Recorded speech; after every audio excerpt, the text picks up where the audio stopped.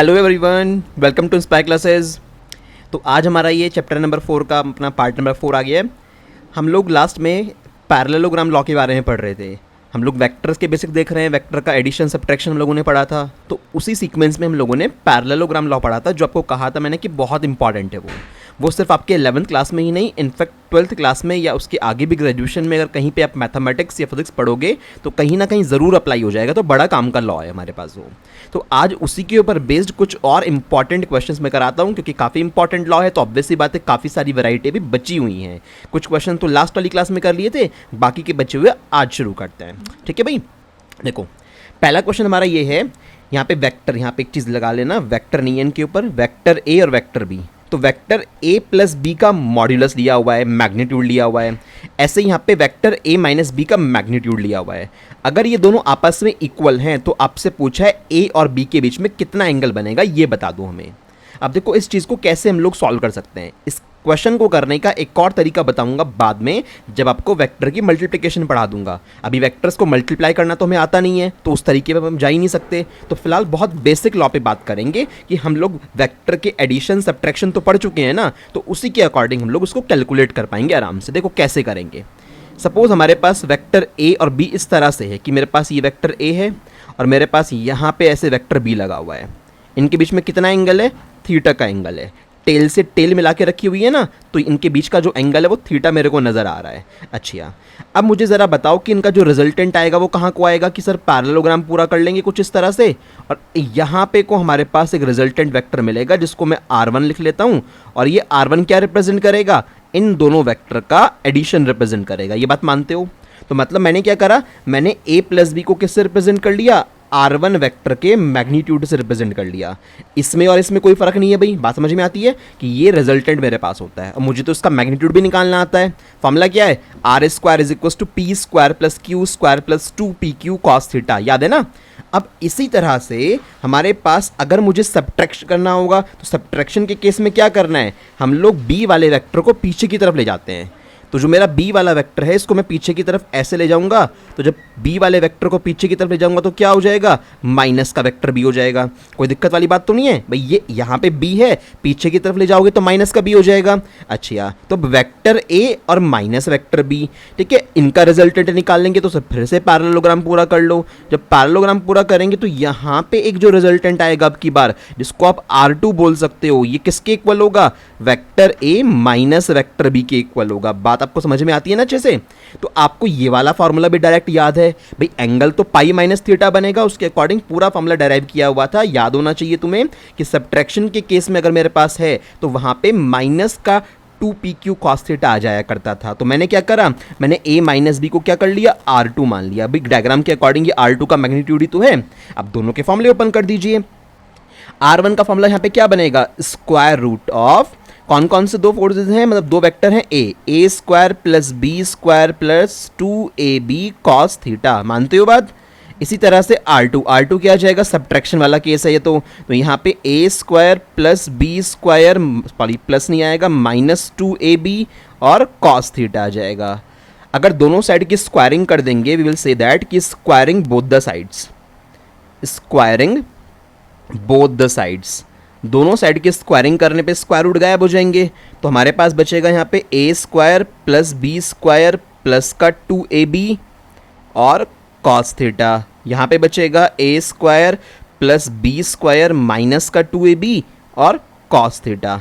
अब ज़रा ध्यान से अगर देखोगे तो a स्क्वायर बी स्क्वायर तो कैंसिल आउट हो गए, इक्वल टू के दोनों साइड पे थे। यहाँ पे जो ये 2ab cos थीटा था उसको उठा के इधर ले आओ, ये कितना हो गया? 4ab cos थीटा हो जाएगा। इक्वल टू में कितना बचेगा? 0।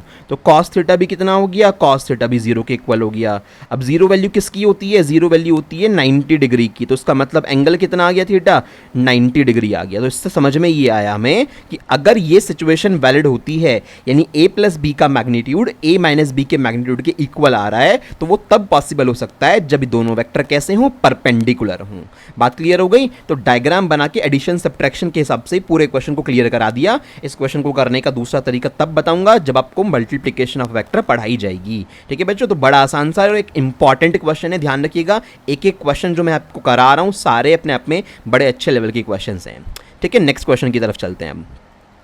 अगला क्वेश्चन देखो हमारा क्या है, if the magnitude of the resultant of two vectors of equal magnitude, मेरे पास दो वेक्टर हैं जिनका मैग्नीट्यूड इक्वल है, बराबर मैग्नीट्यूड के दो वेक्टर हैं, उनका जो रिजल्टेंट है is equal to the magnitude of either vector, उनका रिजल्टेंट भी उन्हीं में से किसी एक वेक्टर के बराबर है। मतलब कि ये हुआ कि सपोज करो कि एक वेक्टर मेरे पास P1 था, इसका मैग्नीट्यूड मैंने P1 क्या P ही मान लो, P1 क्या मानोगे, एक वेक्टर मैंने P माना, इसका P का मैग्नीट्यूड कितना मैंने लेट कर लिया, X लेट कर लिया।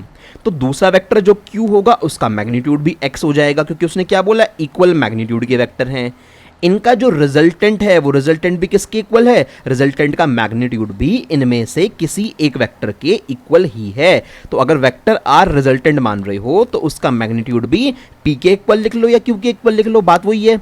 तो ये सिचुएशन हम लोगों को इस क्वेश्चन में उसने लिख के दे दी कि अगर ऐसा है तो आपको बताना है कि दो वेक्टर यानी पी और क्यू के बीच में कितना एंगल बनेगा। अब मेरे को तो पता नहीं कितना एंगल बनेगा, मैंने तो रैंडमली ऐसे बना लिया कि सर मेरे पास यहाँ पे एक वेक्टर पी है ना, ऐसे कहीं पे ये वेक्टर क्यू होगा, इनके बीच में जो ये एंगल है ये थीटा है। अगर मैं पैरेललोग्राम बनाऊंगा भी तो पैरेललोग्राम मेरा कुछ इस तरह से बनेगा और कुछ इस तरह से बात आएगी। तो जो रिजल्टेंट आएगा मेरा, तो वो रिजल्टेंट इस डायगोनल से शो होगा इस तरह से। मानते हो बात? तो थीटा अगर इन दोनों के बीच का एंगल हुआ और आपको तीनों का मॉडुलस पता है, मतलब आपको पता है कि वेक्टर p का अगर मैग्नीट्यूड x है, वेक्टर q का भी मैग्नीट्यूड x है और वेक्टर r का भी मैग्नीट्यूड x है, तो ऐसी सिचुएशन जब होती है जब दो वेक्टर आपस में बराबर होते हैं और उनका मैग्नीट्यूड रिजल्टेंट के भी बराबर होता है, तब एंगल कितना होता है। तो ये बच्चों को डायरेक्टली याद हो जाता है, क्योंकि ये इतना आसान क्वेश्चन है कि कुछ भी नहीं है। तो सिर्फ आपको मेथड नंबर 1 करा रहा हूँ, आगे इसके तुम्हें 2 मेथड और दिखा दूंगा और तुम्हें एक क्वेश्चन बिल्कुल माइंड पे प्रिंट हो जाएगा, कभी भी भूलोगे नहीं इस क्वेश्चन को। फिलहाल क्या लगाते हैं, सबसे सिंपल वाला मेथड, बुक वाला मेथड। बुक वाले मेथड के अकॉर्डिंग ये सब कहानी हम लोगों ने लिख ली बाय यूजिंग पैरेललोग्राम लॉ। हम लोग क्या यूज करेंगे, वही सिंपल सा पैरेललोग्राम लॉ, क्योंकि भाई हम लोगों को दोनों वेक्टर पता है, रिजल्टेंट पता है, एंगल निकालना है। तो पैरेललोग्राम लॉ के अकॉर्डिंग क्या आएगा, R square is equal to P square plus Q square plus 2pq cos theta. ठीक है, आर स्क्वायर, आर कितना है एक्स स्क्वायर, ये भी कितना है, सब एक्स के इक्वल हैं, तो ये आसान हो जाएगा, बहुत कुछ नहीं है इनके अंदर, प्लस 2 टाइम्स ऑफ पी की जगह भी एक्स, क्यू की जगह भी एक्स, तो एक्स स्क्वायर भी हो जाएगा यहाँ पे, इनटू कॉस थीटा।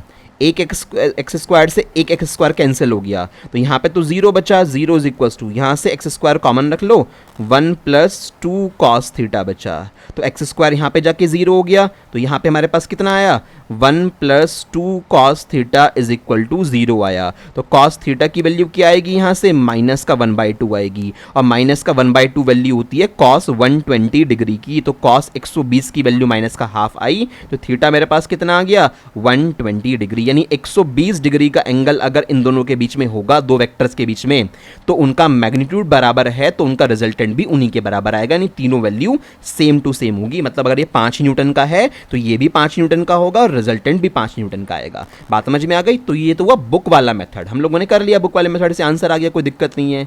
क्या इसको करने का इससे आसान तरीका भी हो सकता था? बिल्कुल हो सकता था। मेथड नंबर 2 देखिए फिर से।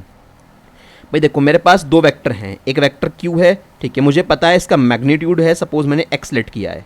इसी तरह से मेरे पास एक वेक्टर क्या है, एक वेक्टर p है, इसका मैग्नीट्यूड कितना लेट किया है, x लेट किया है। ठीक है बच्चों, अच्छा अगर इनके बीच में एंगल कितना लेट किया है, मैंने थीटा एंगल माना है कि इनके बीच में टोटल एंगल थीटा है। अब जरा सोच के बताओ कि अगर दो वेक्टर इक्वल मैग्नीट्यूड के होते हैं तो उनका रिजल्टेंट बीचों बीच आता है या नहीं आता है। पहले भी काफ़ी बार बता चुका हूँ ये बात, एग्जाम्पल के तौर पे तुम्हें याद दिला दूं कि अगर मेरे पास एक वेक्टर 5 न्यूटन का है, दूसरा वेक्टर मेरे पास 5 न्यूटन का है, 90 डिग्री पे लगे हुए हैं, तो इनका रिजल्टेंट मैंने आपको कितनी बार बताया है कि बिल्कुल बीचों बीच, मतलब 45 के एंगल पे, यहाँ से भी 45 और यहाँ से भी 45, इस तरह से आता है। बताया था नहीं बताया था कि अगर दो हमारे पास वेक्टर इक्वल मैग्नीट्यूड के होते हैं तो उनका जो रिजल्टेंट है वो बिल्कुल बीचों बीच आता है। यहां पर भी पता है कि दोनों वेक्टर इक्वल मैग्नीट्यूड के हैं, तो रिजल्टेंट जो आएगा वो रिजल्टेंट बीचों बीच आएगा। क्या आएगा रिजल्टेंट, हमें ऑलरेडी पता है, रिजल्टेंट भी x के इक्वल आएगा, बट ये रिजल्टेंट बीचों बीच आएगा। बीचों बीच आने का मतलब क्या है, यहां से भी जो एंगल है वो θ/2 हो जाएगा और यहां से भी जो एंगल है वो कितना हो जाएगा, θ/2। तो ये हमने अपनी खुद की नॉलेज से लिखा कि ये जो वेक्टर आएगा θ/2 के एंगल पे आएगा। भाई बीचों बीच का मतलब ये तो हुआ कि टोटल एंगल अगर थीटा है तो उसके दो पार्ट कर दिया आपने, यहां पे आएगा ये इस वाली लाइन पे। ठीक है, अब मैं क्या करूं, अब बच्चों का खेल बिल्कुल, आप दोनों वेक्टर के कंपोनेंट उठा लो।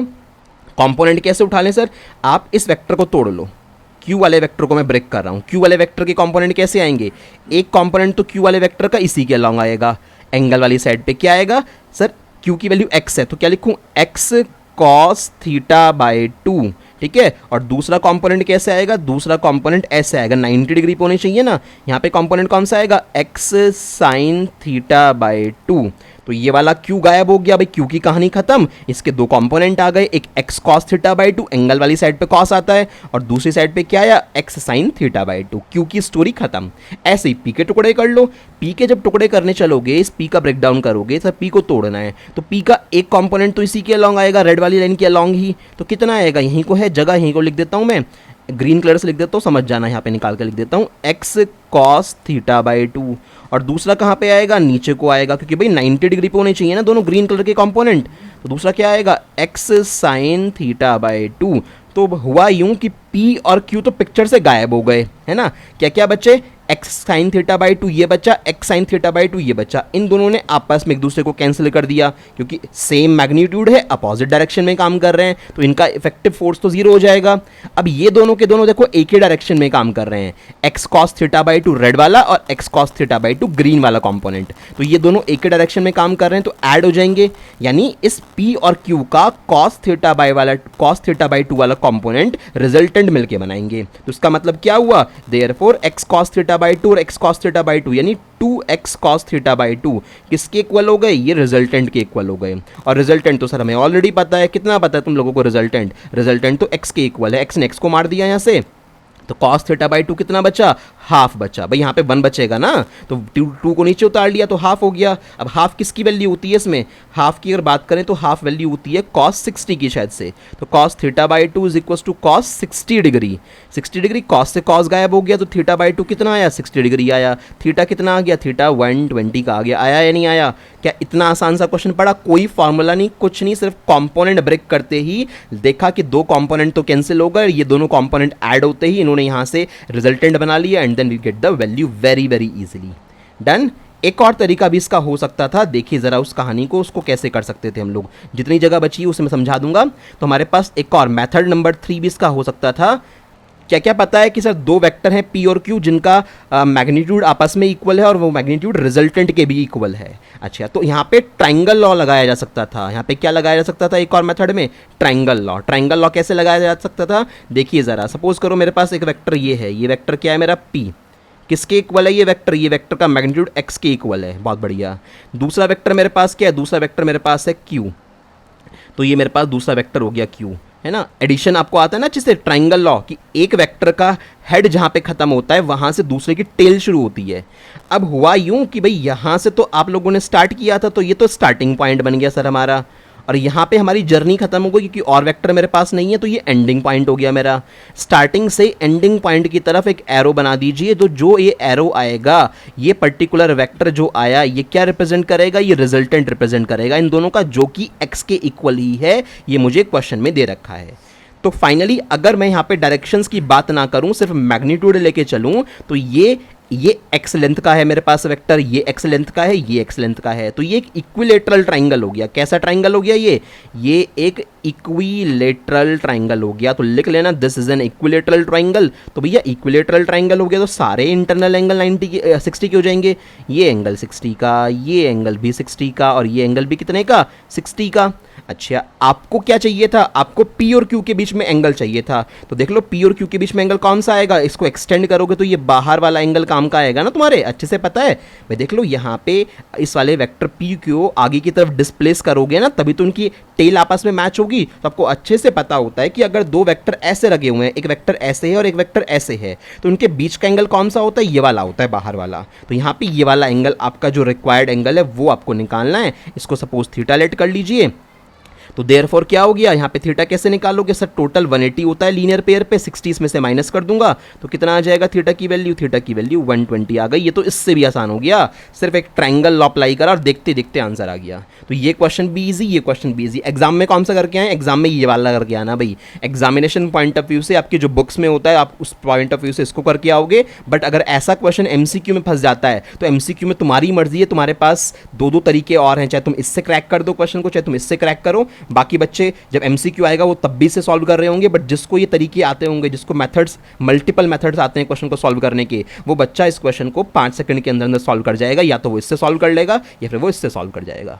ठीक है भाई, तो इतनी हमारे पास एक सिंगल क्वेश्चन को करने के यहाँ तो 3 तरीके हो गए। ऐसी किसी क्वेश्चन में मैं कई जगह आगे क्वेश्चन आएंगे एक ही तरीका कराऊंगा, वहाँ पे अपना दिमाग लगा के सोचना क्या इस क्वेश्चन को किसी और तरीके से भी किया जा सकता था।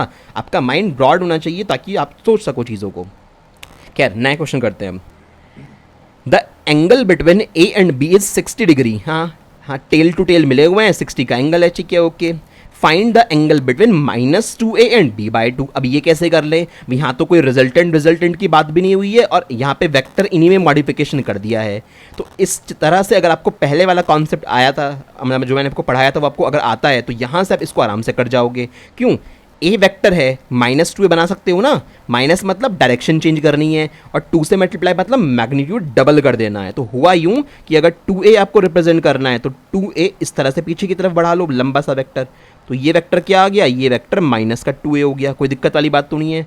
अब B/2 बनाना है, प्लस का ही B/2 है, डायरेक्शन सेम रखनी है, मैग्नीट्यूड आधा कर देना है। मान लो यहाँ तक का जो वेक्टर है वो कितना है, मेरा वेक्टर B/2 है। ठीक है भाई, तो ब्लू कलर से जो 2 वेक्टर बनाए वो मेरे रिक्वायर्ड वेक्टर हो गए।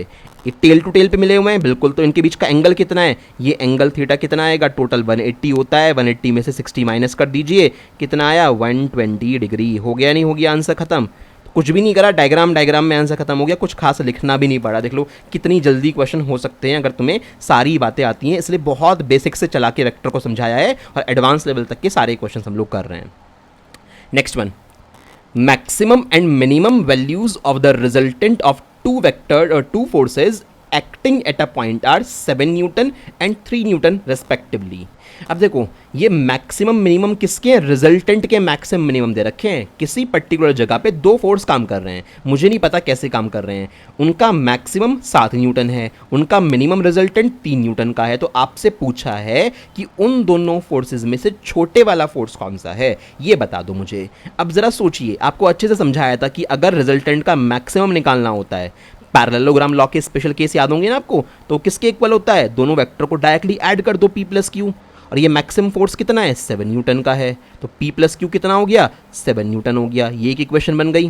और अगर आपको मिनिमम चाहिए होता है तो R मिनिमम, इसके 2 फार्मूले थे, P-Q या Q-P। मान लो मैंने लिखा है P-Q, P-Q का मतलब क्या होगा, P वाला फोर्स बड़ा होगा Q से, तभी तो आपने P में से Q को माइनस किया होगा।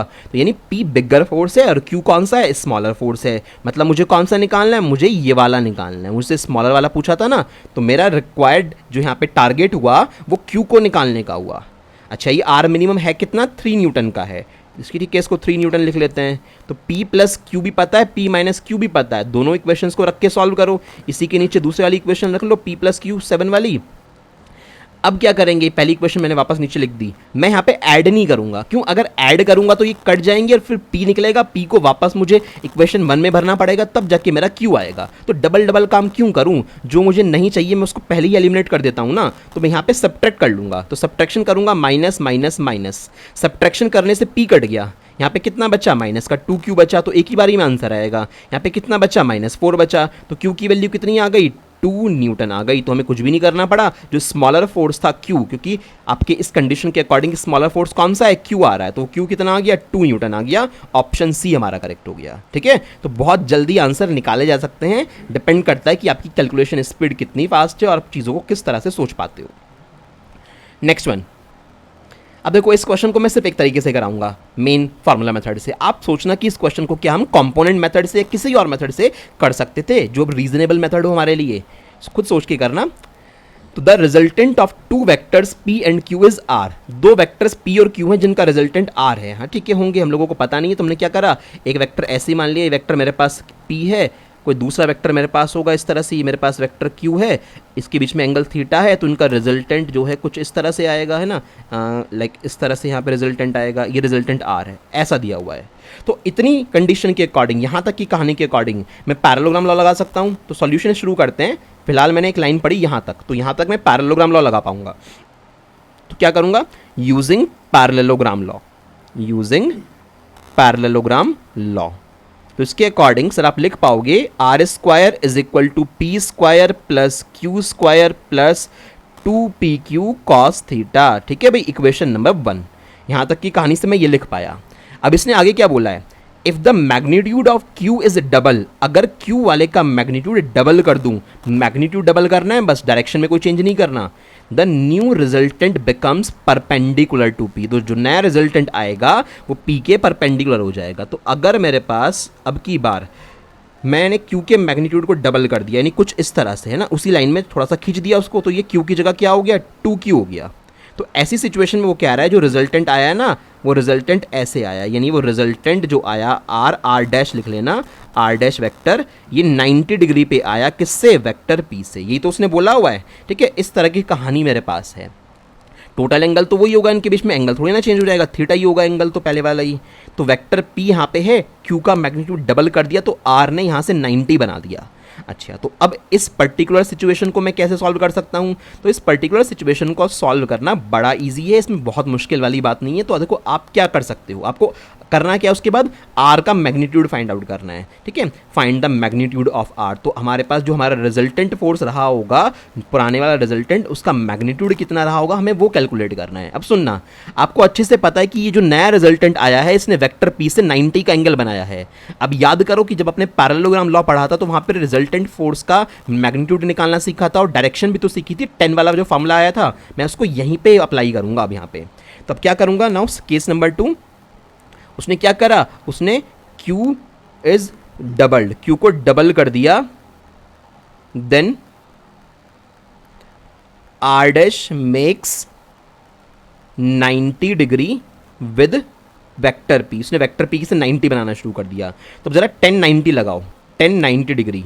1090 कैसे लिखूंगा, अगर आपने यहाँ पे एंगल माना, ये 90 यूज करा है ना, किससे है, ये p वाले से एंगल है, तो p वाले को भूल जाओ, दूसरे वाले को पकड़ लो, आपको लगाना सिखाया था। तो 2q को पकड़ लिया, तो 2q के साथ ही आएगा साइन थीटा, और 2q के साथ ही क्या आएगा, कॉस थीटा।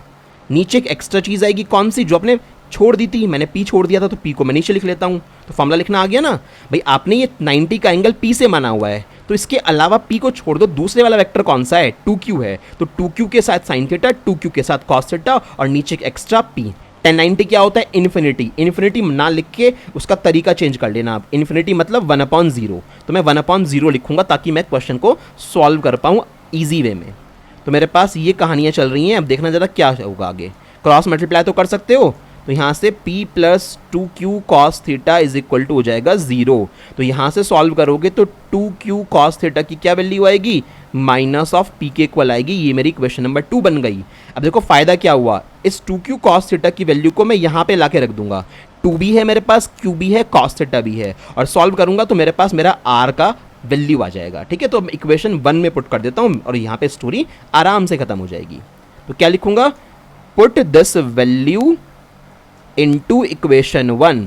ठीक है, इक्वेशन 1 में इस वैल्यू को पुट करते हैं, और we will get value of r। R square is equal to P square plus Q square plus 2pq cos theta. तो उसमें से p को तो बाहर निकाल लिया, ब्रैकेट में क्या बचा होगा, ब्रैकेट में बचा होगा 2q cos थीटा। इक्वेशन 1 की बात कर रहा हूँ, इक्वेशन 1 में 2, अगर p को बाहर कर लोगे तो 2q cos थीटा बचेगा ना, उस 2q cos थीटा की जगह मैंने क्या रख दिया, माइनस का p रख दिया, तो माइनस का p यहाँ पे रखा गया। तो r square is equal to, हाँ जी, क्या बचा मेरे पास इस जगह पे, अब r square is equal to, अब देखो यहाँ पे पी स्क्वायर, इसकी बात करें, p square plus Q square minus का p square, p square cut गया, तो आर की वैल्यू क्या आ गई, क्यू के इक्वल आ गई। यानी जो मेरा रिजल्टेंट फोर्स था, वो रिजल्टेंट फोर्स का मैग्नीट्यूड क्यू के मैग्नीट्यूड के इक्वल था। बात क्लियर हो गई नहीं हो गई, तो इस तरह से हम लोग इसको सॉल्व कर सकते हैं आराम से। तो हमारे पास r का मैग्नीट्यूड आ गया आराम से। तो ऐसे क्वेश्चंस को सॉल्व करने में दिक्कत नहीं होनी चाहिए, बात डिपेंड करेगी कि आपको इस तरह के फॉर्मूले अप्लाई करने आते हैं या नहीं आते हैं। तो ये पैरेललोग्राम लॉ के ऊपर बेस्ड बेस्ट वाले क्वेश्चन आपको कराए जा रहे हैं। ठीक है, एक और क्वेश्चन देखते हैं। The sum of the magnitudes of two forces acting at a point is 18 unit. दो फोर्सेज हैं, किसी पॉइंट पे काम कर रहे होंगे, उनके मैग्नीट्यूड का सम यानी लाइक p प्लस क्यू कितना है, 18 यूनिट का है। एक इक्वेशन बन गई। And the resultant is 12 unit, उनका रिजल्टेंट 12 यूनिट का है। मतलब वही बात आ गई कि सर दो फोर्स हैं, ये p और q काम कर रहे होंगे किसी एंगल पे, मेरे को तो पता नहीं, थीटा एंगल पे काम कर रहे होंगे। इनका जो रिजल्टेंट फोर्स आता है, वो रिजल्टेंट फोर्स जो आता है r, उस r का मैग्नीट्यूड कितना है, 12 यूनिट का है। यानी कि फॉर्मूला लगाओगे अब, नाउ पैरेललोग्राम लॉ यूज करोगे, तो पैरेललोग्राम लॉ का जब यूज़ करोगे तो उसके अकॉर्डिंग हमारे पास जो वैल्यू आएगी कि सर पैरेललोग्राम लॉ यूज़ करें, तो यहाँ से r square is equals to P square plus Q square plus 2pq cos theta.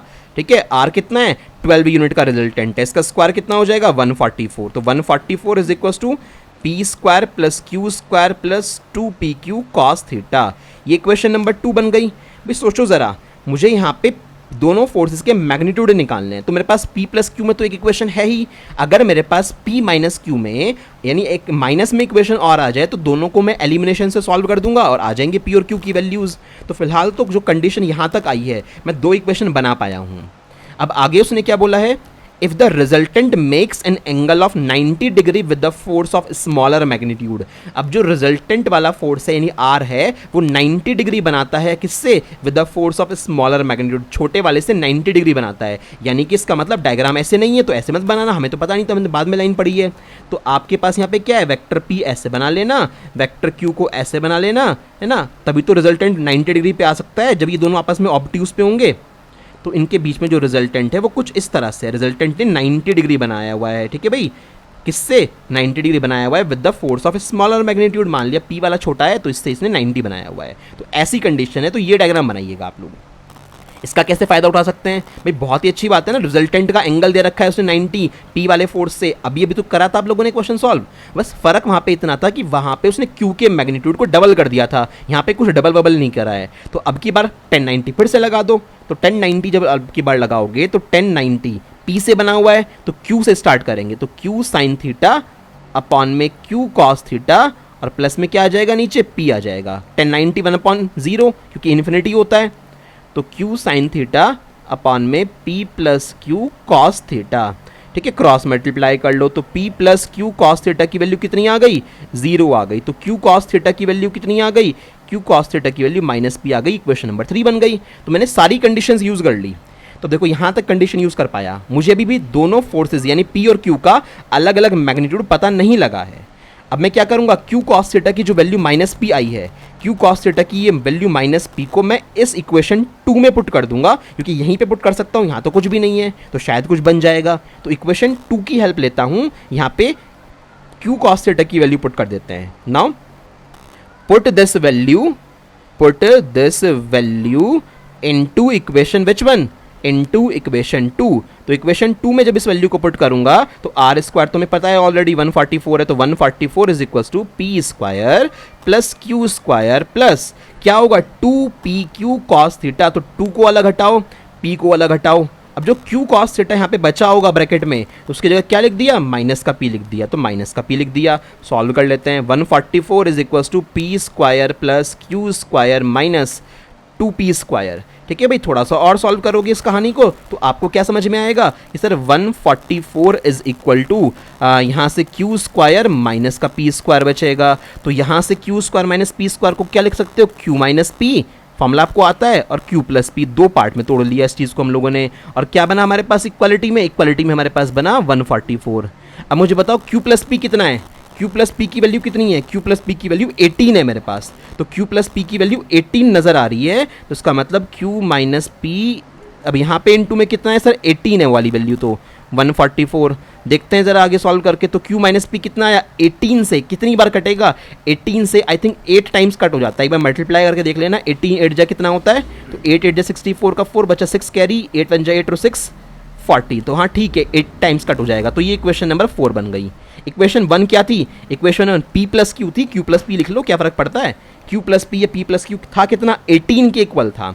तो यहाँ पे ये इक्वल टू में कितना आ गया 18, ये पहले वाली इक्वेशन हो गई। अब तो सॉल्व कर लोगे, अब तो सारी कहानी समझा दी। तो p कैंसिल हो जाएगा ऐड करने पे, 2q कितना आ जाएगा 18 और 8 26, यानी q आ गया 13 न्यूटन। अगर q 13 न्यूटन आया किसी भी एक इक्वेशन में पुट कर लेना, तो p की वैल्यू कितनी आ जाएगी 5 न्यूटन। तो इस तरह से हमारे पास पूरा का पूरा आंसर हो गया। कोई दिक्कत वाली बात तो नहीं है भाई। देखो ऐसे क्वेश्चन सॉल्व करने आएंगे मज़े में कुछ नहीं है, बड़े आराम से सॉल्व कर पाओगे। बस यही है कि तुम्हें कितनी चीज़ें अप्लाई करनी आती हैं। तो ऐसे क्वेश्चन मैथमेटिकल वे में ही सॉल्व होंगे, आप इनको शायद कंपोनेंट मेथड से सॉल्व नहीं कर पाओगे। अगर कर पाए तो बढ़िया बात है। कोई बच्चा ये जो 2 क्वेश्चन कराएं, तो ये वाला और एक से पीछे वाला, इसको किसी और मेथड से कर पाए तो मुझे ज़रा फोटो क्लिक करके भेज देना, ताकि पता लगे कि आप लोगों ने जो मेथड अप्लाई किया है वो सही भी है या नहीं है। ठीक है, तो ये तो हो ही गई गए बेसिक मेथड, किसी और तरीके से भी सोचा करो कि इस क्वेश्चन को और कैसे सॉल्व कर सकते थे। बहुत सारे क्वेश्चन पहले भी करा चुका हूँ दो तरीके से आप लोगों को, तो दो मेथड तो आपको काफ़ी सारे क्वेश्चन के आ गए भाई, ठीक है। तो काफ़ी सारी चीज़ें हम लोगों ने सॉल्व कर ली, बड़ी अच्छी अच्छी सी।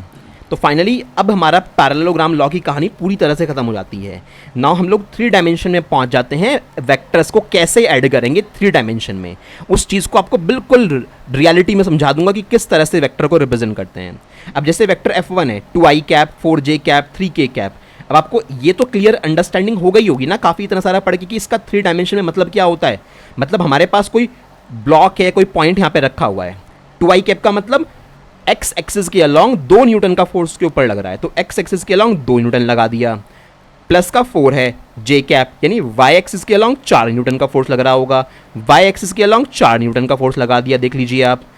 और जेड एक्सिस के अलॉन्ग 3 न्यूटन का फोर्स लग रहा होगा। तो इस तरह से ये मीनिंग होता है किसी वेक्टर का 3 डायमेंशन में। तो एक वेक्टर ये हो गया। इसी तरह से दूसरा वेक्टर हमारे पास यहाँ पे शो हुआ है, यहाँ पे आई कैप के पास 1 है, यानी एक्स एक्सिस के अलॉन्ग 1 न्यूटन का फोर्स, जे कैप मतलब वाई एक्सिस के अलॉन्ग -3 न्यूटन, -3 का मतलब बच्चों नेगेटिव वाई एक्सिस, तो अब की बार प्लस वाली साइड पे नहीं गए, माइनस वाली साइड पे 3 न्यूटन शो करा। इसी तरह से जेड एक्सिस के अलॉन्ग 1 न्यूटन का फोर्स ऊपर की तरफ, कोई दिक्कत वाली बात तो नहीं है। अब देखो उसको ओरली कितनी आसानी से सॉल्व कर दोगे बच्चों की तरह। सर यहाँ पे 1 न्यूटन 2 न्यूटन ऐसे लग रहा है, यहाँ पे भी 2 न्यूटन ऐसे लग रहा है, तो एक्स एक्सिस के अलॉन्ग टोटल 3 न्यूटन लग रहा है, तो 3i कैप हो गया, ठीक है। वाई एक्सिस के अलॉन्ग 4 न्यूटन इधर की तरफ है, 3 न्यूटन दूसरी साइड पे है, तो 4 में से 3 जाएंगे, 1 न्यूटन बचेगा और प्लस वाई डायरेक्शन में बचेगा, तो प्लस का 1 जे कैप। क्लियर हो गई बात। जेड के अलॉन्ग 3 न्यूटन ऊपर और 1 न्यूटन ऊपर, 3 और 1 4 प्लस 4 के कैप।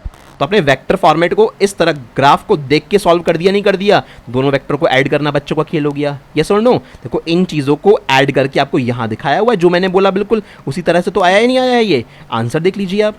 तो क्या बार बार हम लोग इनको ऐसे सॉल्व करेंगे डायग्राम बना के? ना, ये तो आपके माइंड में विजुअलाइजेशन के लिए, ताकि दिमाग में क्लैरिटी तो बने कि हाँ वेक्टर्स को जो ऐड कर रहे हैं तो उसका मतलब क्या है 3 डायमेंशन में। अच्छा, 2 वेक्टर अगर ऐसे रिप्रेजेंट होते हैं तो उनको ऐड करने का मतलब फाइनल ये कंडीशन बनेगी। तो ये चीज़ माइंड में अगर क्लैरिटी हो जाएगी तो बड़ा अच्छा सा तुम्हें फील होगा और तुम्हें चीज़ें पढ़ने में मज़ा भी आएगा।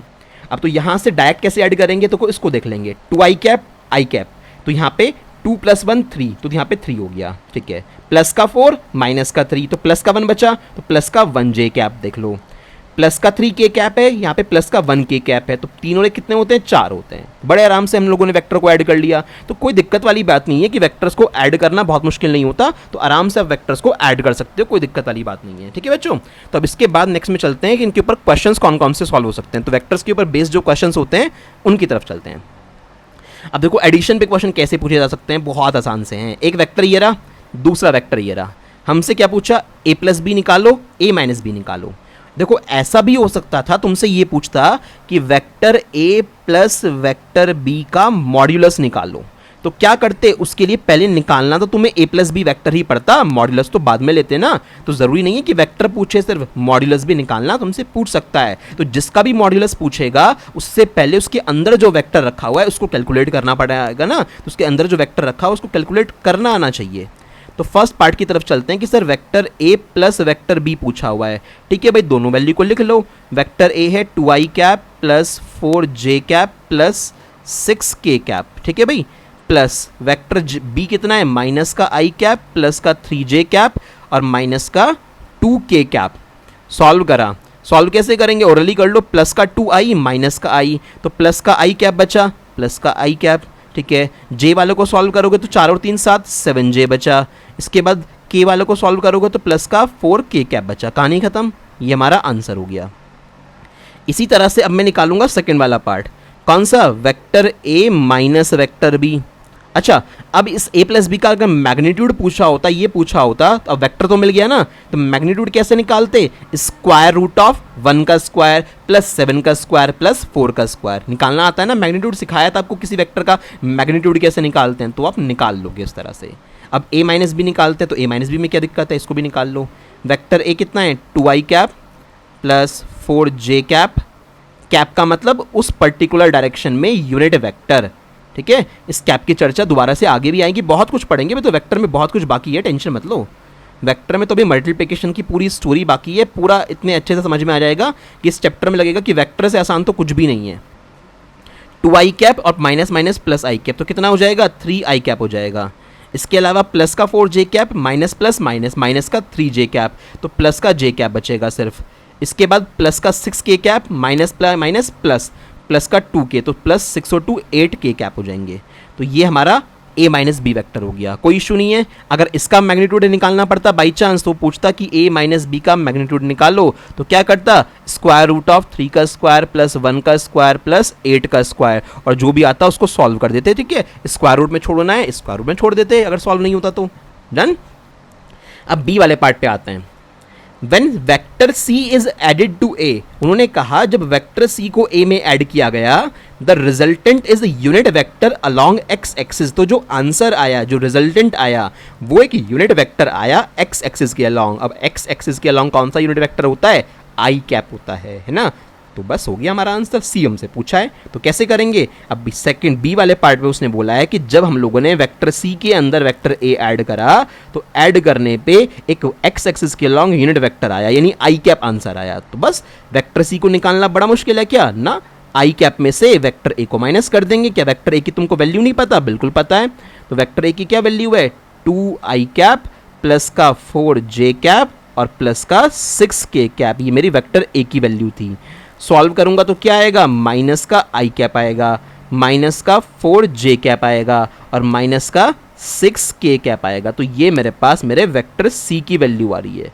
मेरी बात क्लियर हो गई भाई। तो ये वेक्टर सी की वैल्यू बड़े आराम से निकाल पाए तुम पढ़ के। तो इस तरह से 3 डायमेंशन में अगर वेक्टर होंगे ना, उनको ऐड सब्ट्रैक्ट करना होगा तो आराम से कर लेंगे। एक बात और, ज़रूरी नहीं है कि यहाँ पे आई जे के कैप है तो यहाँ पे भी तीनों के तीनों हो सकता है वो माइनस का 2k कैप देता ही ना तुम्हें, तब तुम्हें ऐड सब्ट्रैक्ट करना पड़ता, तो क्या होता, कोई दिक्कत नहीं है। नहीं है अगर कोई particular I cap, J cap या के कैप, तो वहाँ पे 0 मान सकते हो ना। मतलब ये नहीं होता अगर यहाँ पे माइनस का 2k कैप, तो क्या कर लेता, 0k कैप मान लेता, तब उसको मान के सॉल्व कर देता। बाई चांस यहाँ पे 3j कैप नहीं होता, सिर्फ माइनस का आई कैप माइनस का 2k कैप होता, फिर कैसे सॉल्व करते हैं, बीच में 0j कैप मान लो, क्या दिक्कत है। तो आप उस तरह से मान के सॉल्व कर सकते हो, कोई इशू नहीं है, क्योंकि 0j कैप का मतलब तो डज नॉट एग्जिस्ट ही हो गया ना भाई, 0j कैप तो 0 ही होता है। ठीक है, तो एक क्वेश्चन तो ये हुआ इस कॉन्सेप्ट के ऊपर बेस्ड।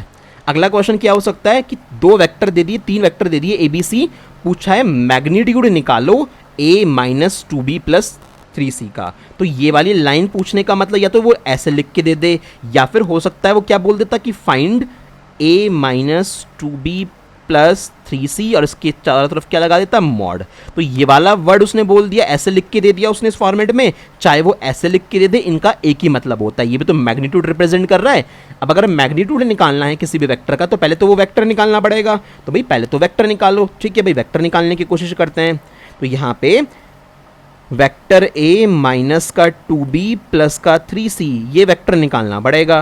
तो सॉल्व करने की कोशिश करते हैं। वेक्टर a कितना है, 2i कैप प्लस का 3j कैप, ये वेक्टर a हो गया, minus 2 times of vector b क्या है, i cap plus j cap, ये हो गया, प्लस 3 वेक्टर c क्या है, k कैप हो गया। अब जब इनको सॉल्व करेंगे, कलेक्ट कर लो ना, 2i कैप यहाँ पे हो गया, माइनस का 2i कैप यहाँ पे हो गया, तो 2i कैप और 2i कैप तो गायब हो गए, कहानी खत्म हो गई i कैप की, भूल जाओ। इसके बाद 3j कैप और माइनस प्लस माइनस, माइनस का 2j कैप, तो 3 में से 2 जाएंगे, कितना बचेगा, प्लस का j कैप बचेगा मेरे पास। ठीक है, बहुत बढ़िया। आगे सॉल्व करा, प्लस का 3k कैप, तो प्लस का 3k कैप मेरे पास आंसर आया। तो हम लोगों ने जब सॉल्व करने की कोशिश करी इस कहानी को, तो j cap plus 3k cap मेरे पास आंसर आया इस वेक्टर का। तो मुझसे तो मैग्नीट्यूड पूछा था, therefore a minus 2b plus 3c, इसका मैग्नीट्यूड निकालना है। तो मैग्नीट्यूड कैसे निकालते, स्क्वायर रूट ऑफ 1 का स्क्वायर प्लस 3 का स्क्वायर, तो 3 3 9 1 10, कितना आ जाता, रूट 10 यूनिट हमारे पास हमारा आंसर आ जाता फाइनली। ठीक है बच्चों, तो इस तरह से कितनी इजी वे में आप इस क्वेश्चन को सॉल्व कर पाए देख लीजिए। अब इतना सारा पढ़ा लेने के बाद कुछ आपके लिए होमवर्क है। एक तो आपको ये कैलकुलेट करना है, यहाँ भी मैग्नीट्यूड पूछा है आपसे, अच्छा आंसर्स लिखे हुए मैच कर लेना। एक आप इसे सॉल्व करोगे, इसका भी आंसर लिखा हुआ है। ठीक है, एक क्वेश्चन ये है, ये बड़ा इजी है, यहाँ पे दो फोर्सेस का रेशो 3:5 दे रखा है, तो लेट कैसे कर लोगे, एक फोर्स P को आपने 3x मान लिया और दूसरे फोर्स Q को आपने 5x मान लिया और उसके अकॉर्डिंग सॉल्व कर लेना बड़े आराम से। भाई इतनी मैथ्स तो सबको आती है। तो ये 3 बहुत अच्छे क्वेश्चंस आपके यहाँ पे आज होमवर्क के लिए हैं, इनको आप अटेम्प्ट करोगे अच्छे से और जितनी बातें पढ़ाई हैं उनको कवर कर लेना। अब यहाँ तक जाके लेक्चर नंबर 4 आई थिंक आज हमारा हो गया। इस लेक्चर तक हमारा एडिशन और सब्ट्रैक्शन और वेक्टर का जितना भी बेसिक था मैंने आपको सारा कुछ पढ़ा दिया। अब इसके बाद जब नेक्स्ट लेक्चर हमारे पास आएगा उसमें हम लोग वेक्टर्स को मल्टीप्लाई करना सीखेंगे और देखेंगे कि वेक्टर को मल्टीप्लाई करने का 2 तरीके होते हैं, मतलब 2 तरह की मल्टीप्लिकेशन होती है वेक्टर में, स्केलर प्रोडक्ट आएगी और वेक्टर प्रोडक्ट आएगी। तो उन दोनों प्रोडक्ट के बारे में पढ़ेंगे, काफ़ी सारी बातें उनके बारे में आएंगी। मतलब इतना वेक्टर आपको यहीं पे करा दूंगा कि कभी भी अगर आगे के चैप्टर्स में वेक्टर आएगा ना तो वहाँ पे दोबारा से पढ़ाने की ज़रूरत ही नहीं पड़ेगी, डायरेक्टली उठा के उस चैप्टर के वेक्टर का जब भी नंबर आएगा इस चैप्टर को रेफर कर लेना, यहाँ से वेक्टर पढ़ लेना, आपका पूरा वेक्टर हमेशा के लिए क्लियर हो जाएगा। ठीक है,